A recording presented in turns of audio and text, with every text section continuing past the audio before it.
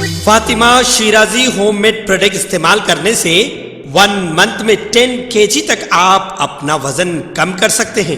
سب سے کم دام میں ویٹ لاس کا طریقہ ہمارے یہاں موجود ہے، وہ بھی no side effect, no diet, no exercise کے ساتھ۔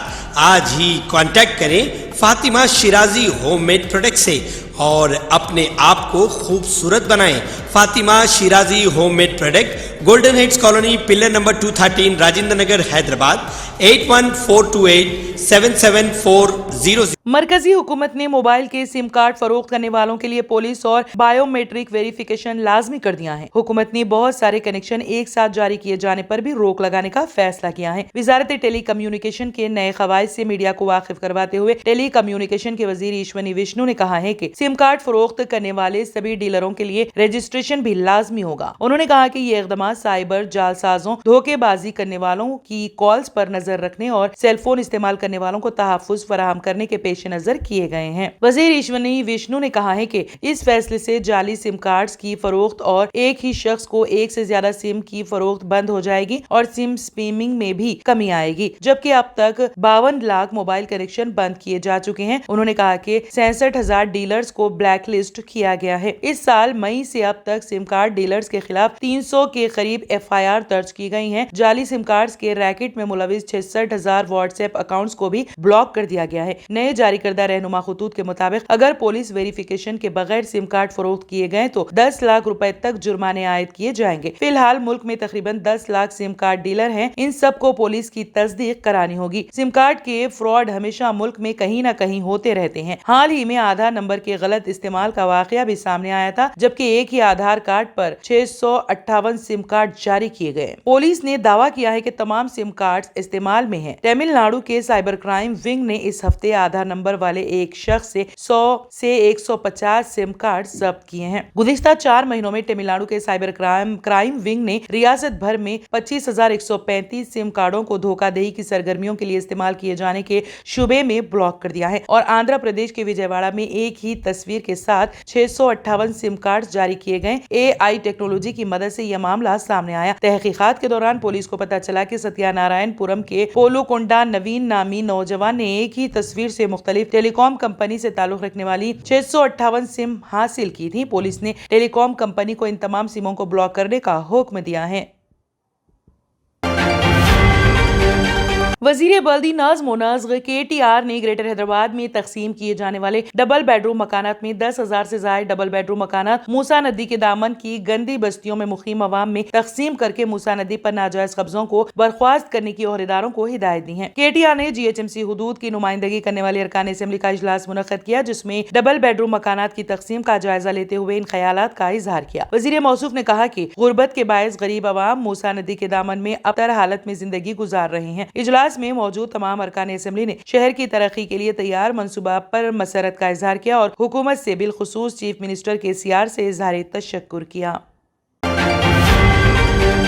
تلنگانہ کی انسداد منشیات کے بیورو نے لنگرہاؤ سے گانجے کی اسمگلنگ میں ملوث 6 افراد کو گرفتار کر کے ان کے قبضے سے 44 کلو گانجا ضبط کر لیا۔ اس سلسلے میں تفصیلات بتاتے ہوئے پولیس کمشنر CV آنند، جو انسداد منشیات بیورو کے ڈائریکٹر بھی ہیں، نے کہا ہے کہ اس ٹولی کا سرغنہ وی ویرنا ہے، جس کا تعلق ضلع محبوب آباد سے ہے۔ انہوں نے کہا کہ ویرنا SSC میں ناکامی کے بعد بے روزگار تھا اور شہر منتقل ہو کر سکندرآباد رانی گنج کے HDFC بینک میں کم تنخواہ پر ملازمت کیا کرتا تھا۔ اسی دوران اس نے ایک قریبی رشتہ دار تیجاور چندا، جس کی عمر 70 سال ہے، متوطن سوریا پیٹ ٹانڈا، جو پہلے ہی سے گانجے کے کاروبار میں ملوث تھا۔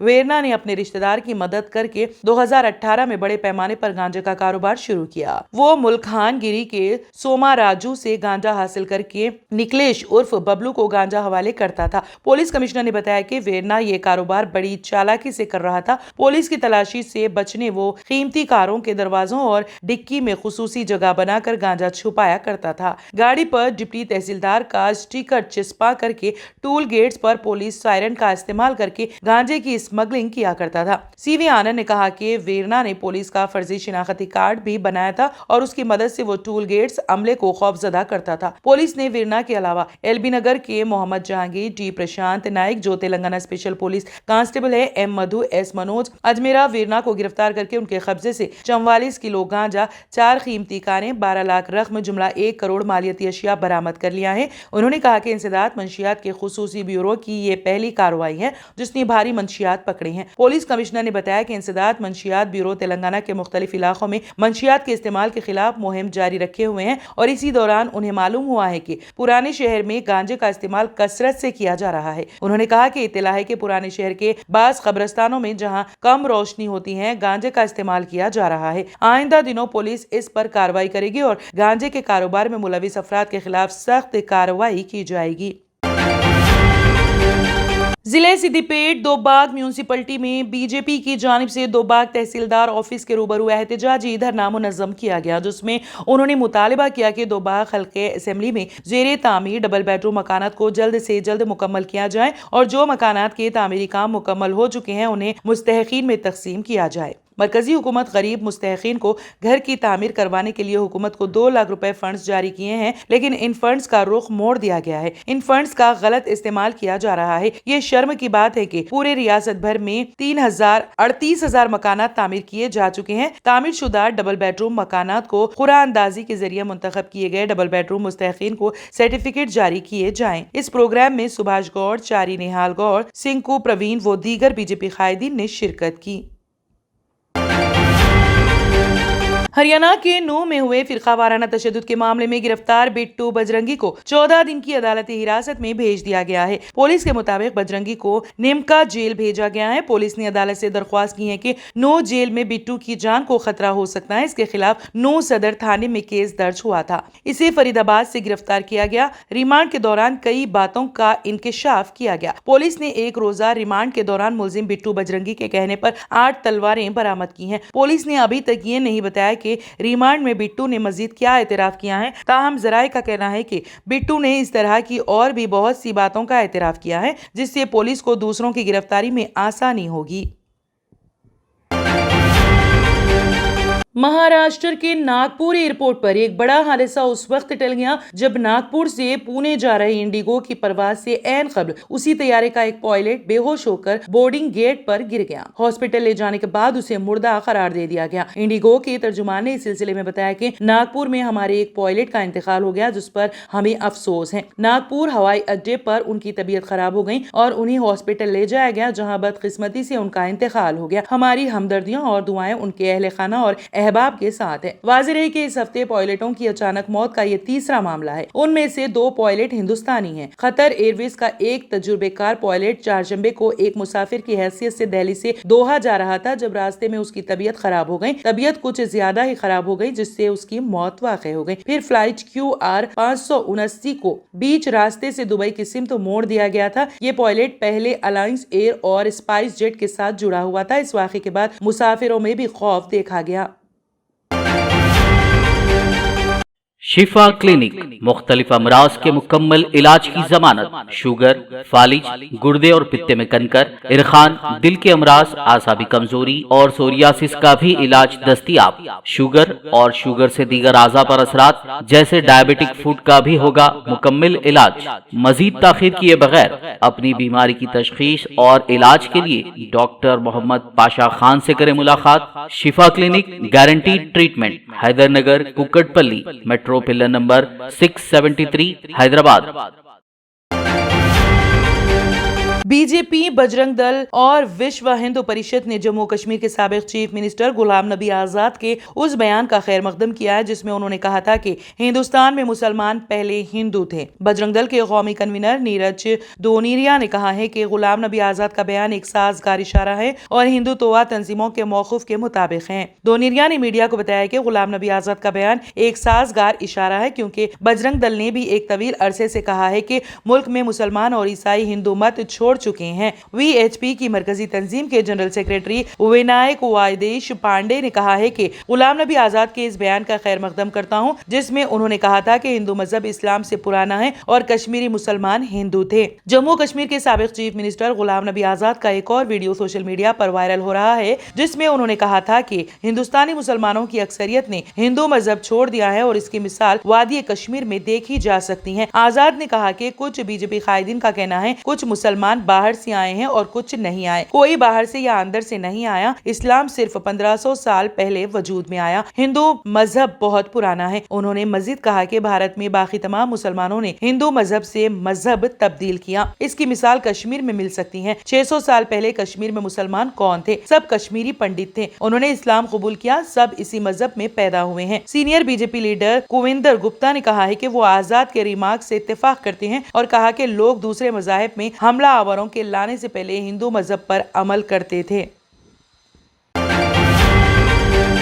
مولانا سید عبدالباسط انور سابق امیر حلقہ جماعت اسلامی ہند متحدہ آندھرا پردیش و سرپرست تربیت گاہ حلقہ تلنگانہ مولانا سید عبدالباسط انور ولد میر احمد علی مرحوم کا بعمر 73 سال مختصر علالت کے بعد دوران علاج حیدرآباد کے خانگی ہاسپٹل میں انتقال ہو گیا اور مسجد نعمت خان عالی سے متصل قبرستان سلطان شاہی میں انہیں بادیدہ نم سپرد خاک کیا گیا. اس کے علاوہ ریاست و بیرون ریاست غائبانہ نماز جنازہ کا اہتمام بھی کیا گیا. مولانا سید عبدالباسط انور زمانہ طالب علم ہی سے جماعت اسلامی ہند سے وابستہ ہوئے. ابتدا میں حلقہ طلبہ کی ذمہ داری ادا کرنے کے بعد وہ تحریک اسلامی کی نوجوانوں کی پہلی تنظیم SIU آندھرا پردیش کے پہلے صدر منتخب ہوئے. جماعت اسلامی ہند کے ساتھ اپنی طویل وابستگی کے دوران وہ جماعت کی کئی ایک اہم ذمہ داریوں پر فائز رہے. مرحوم جماعت کے اولین بزرگوں اور دوسری و تیسری نسلوں کے درمیان ایک کڑی تھے. ملی و سماجی سطح پر بھی انہوں نے غیر معمولی خدمات انجام دی ہیں. مولانا سید عبدالباسط انور کے سانحہ ارتحال پر امیر جماعت اسلامی ہند محترم سید سعادت اللہ حسینی نے اسے ملت اسلامیہ بالخصوص جماعت اسلامی ہند کا عظیم نقصان قرار دیا. اپنی تعزیتی بیان میں امیر جماعت نے کہا کہ مولانا سید عبدالباسط انور کی شخصیت مثالی شخصیت تھی. وہ نہایت منکسر المزاج اور انتہائی خوش اخلاق شخصیت کے مالک تھے. تحریک کے لیے انہوں نے اپنی زندگی وقف کر دی تھی اور آخری وقت تک اقامت دین کی جدوجہد میں اپنے آپ کو سرگرم عمل و مصروف رکھا. امیر حلقہ ڈاکٹر محمد خالد مبشر الظفر نے اپنی تعزیتی بیان میں کہا کہ مولانا سید عبدالباسط انور کی زندگی بیش قیمتی نمونہ رہی ہے. موصوف ہمیشہ اپنے اندر ملت اور تحریک کی بے پناہ تڑپ رکھتے تھے. یہی وجہ تھی کہ انہوں نے کبھی اپنی معاشی مصروفیات کو تحریکی کاموں پر غالب ہونے نہیں دیا اور تا دم حیات دین کی جدوجہد میں اپنے آپ کو پیش کر دیا. انہوں نے ریاست متحدہ آندھرا پردیش کے 3 مرتبہ امیر حلقے کی حیثیت سے خدمات انجام دی اور مرکزی سیکریٹری کے بعد ایک مرتبہ پھر حلقہ تلنگانہ کے تربیت کے سیکریٹری مقرر کیے گئے اور گزشتہ میقات میں گراں قدر خدمات انجام دی اور رواں میقات میں بھی وہ تربیت گاہ کے سرپرست بنائے گئے اور میقات کے ابتدا ہی سے تلنگانہ کے اضلاع کے تمام مقامات کے دوروں پر انہوں نے ساتھ دیا. مرحوم کی نماز جنازہ میں دینی و ملی تنظیموں کے کئی ایک ذمہ داران بشمول امیر جماعت اسلامی ہند سید سعادت اللہ حسینی سید محی الدین شاکر مرکزی سیکریٹری محمد رفیق امیر حلقہ AP حامد محمد خان ضیاء الدین نیّر صدر کل ہند مجلس تعمیر ملت محمد حسام الدین ثانی جعفر پاشا امیر امارات ملت اسلامیہ تلنگانہ معاون امرائے حلقہ محمد اظہر الدین تلنگانہ ڈاکٹر وکلا صحافیوں اور سماجی کارکنوں کی کثیر تعداد موجود تھی. اللہ تعالیٰ سے دعا ہے کہ وہ مرحوم کی خدمات کو شرف قبولیت عطا فرمائے اور جنت الفردوس میں اعلیٰ مقام عطا کرے اور ملت اسلامیہ اور تحریک اسلامی ہند کو ان کا نعم البدل عطا کرے اور لواحقین کو صبر جمیل عطا فرمائے.